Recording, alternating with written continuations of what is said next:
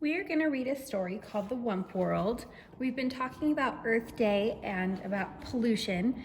And as we read this story, I want you to think about what the creature, the pollutants, could have done differently on the Wump World. The Wump World. Written and illustrated by Bill Peet.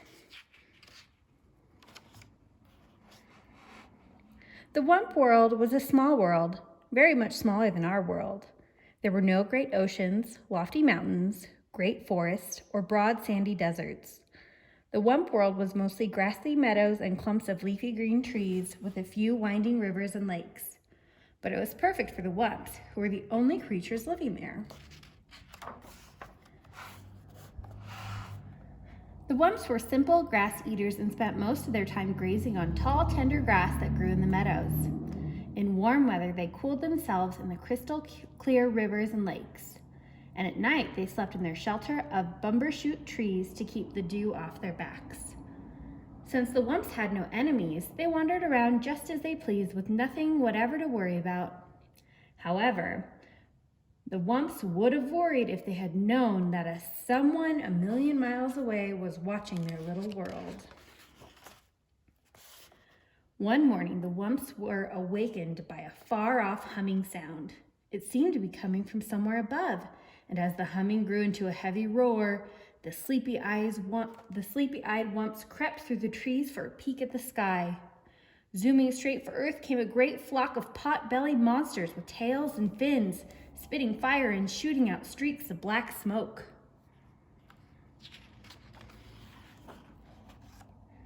As the monsters swooped down to land, huge legs sprang from their bulging sides, and like gaping mouths, doors flew open. Then ramps shot down to the ground, and down the ramps came a horde of tiny creatures swarming out into the meadow. These were the pollutants from planet Pollutus. They had left their worn-out old planet to start a new life in a new world.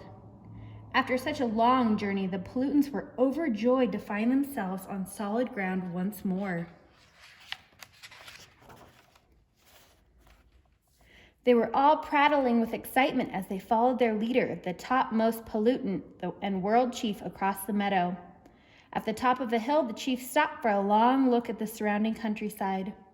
Finally, he said, "Looks good, we'll take it. Plant the flag, Sergeant, and let's get things going." One shrill trumpet blast brought giant machines thundering out of the yawning spaceships, rolling down runways and out onto the meadow. The timid Wumps had been watching warily from their shelter of the trees, and at the sight of the giant machines, they were horrified. "Wump, wump," they cried, and in a wide-eyed panic, they went humpity-clumpity off through the trees, diving headlong into the nearest cave. Then down they tumbled head over heels through a twisting tunnel to end up huddled together in dark caverns while the earth-shaking machines rumbled and roared high above. Once they got started, the monstrous machines moved at a furious pace, gobbling up trees and grinding them to bits. More giant machines flattened the ground, followed by the great scoopers and scrapers and diggers and gigantic cranes. Soon, the entire Wump world was overrun. The busy little pollutants kept their mighty machines going full blast day and night without let-up into a frenzy to improve their new wonderful world. Suddenly, great cities sprang up. Huge factory buildings with towering smokestacks, high-rise apartment buildings, and tall office buildings.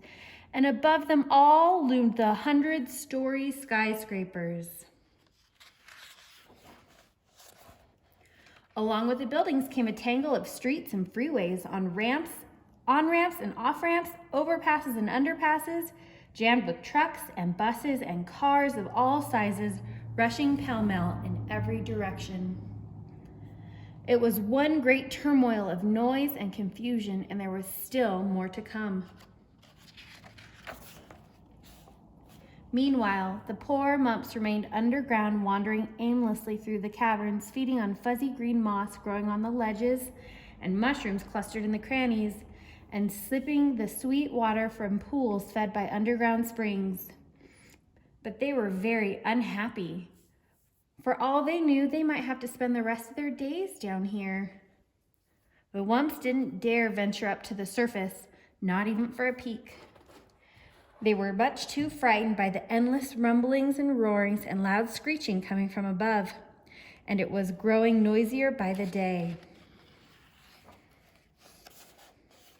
There was more and more noise and more of everything.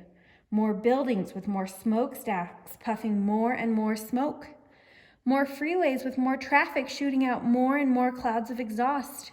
More trash and more trash piles with more and more waste gushing into the rivers and lakes. Pretty soon, the cities were so clouded by the factory smoke and the fumes from the freeways, the pollutants could barely breathe. They went sneezing and wheezing about the streets, grouching and grumbling and blaming one another for the awful mess they were in. One day, an angry crowd gathered outside the World Tower demanding to see the World Chief. And when the chief appeared on the balcony, all the pollutants began shouting at once, "We can't breathe the air! We can't drink the water! And we can't stand the noise! We've had enough!" Kerchoo! Sneezed the chief. "I know just how you feel, and something will be done at once. I promise." With no time to lose, the chief called for a meeting with his 3 top outer spacemen. "Gentlemen," he said, "this world of ours has gone sour. We've got to get out of here quick. But first, we must find a new world, a better one. That's your job, men. So get going." "Righto, Chief," barked the men, and within 15 minutes, they were at the spaceport aboard their spaceships. Then, zoroosh, zoroosh, zoroosh, the men took off in 3 directions. And in seconds, they were zooming about in outer space at 7,000 miles an hour. Days passed with no word from the outer spacemen. After waiting a week, the World Chief flew into a rage. "Blast it all," he bellowed. "What's keeping those blithering bubbleheads?" Then, one Monday morning, out of the dark, smudgy sky, swooshed one of the spaceships. As the ship touched down, the man hopped out shouting, "I've done it! I've done it! I found a new world! A bigger and better world!" "Nice going, lad!" cried the World Chief. And the crowd gathered at the spaceport gave their hero one great rousing cheer, which ended in a fit of sneezing. In no time, the great news was set flashing around the world over the radio and TV, warning all pollutants to be packed and ready to go within 24 hours.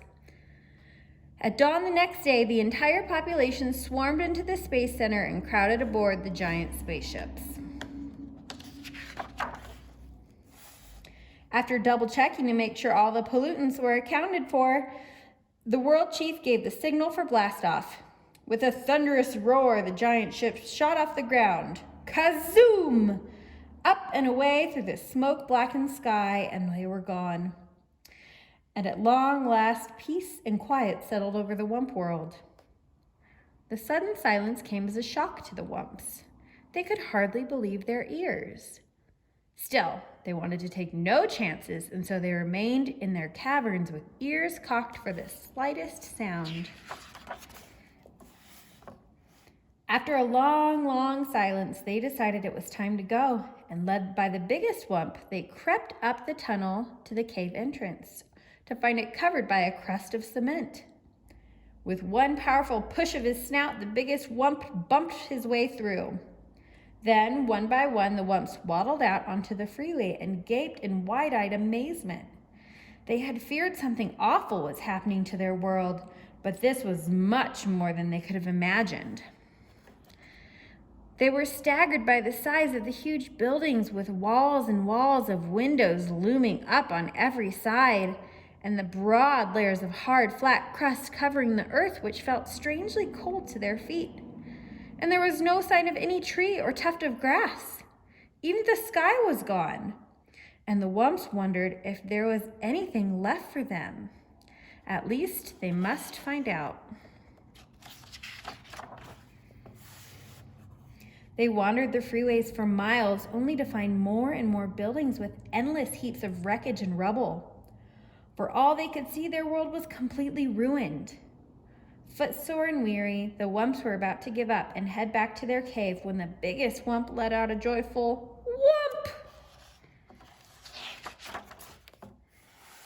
Just ahead of them was a grassy meadow with a clump of bumbershoot trees, all that was left of their lovely world. Wumping for joy, the Wumps bounding off their freeway out into the meadow. Pretty soon, the hungry Wumps were munching away on the tall, tender grass. Now there was new hope for the Wumps. In time, the murky skies would clear up, and the rains would wash the scum from the rivers and lakes. The tall buildings would come tumbling down, and the freeways would crumble away. And in time, the green growth would wind its way up through the rubble. But the Wump world would never quite be the same. What do you think the pollutants could have done differently to maybe live in peace with the Wumps? Did you like that book? All right, thanks my friends at Growing Light. We'll talk to you soon.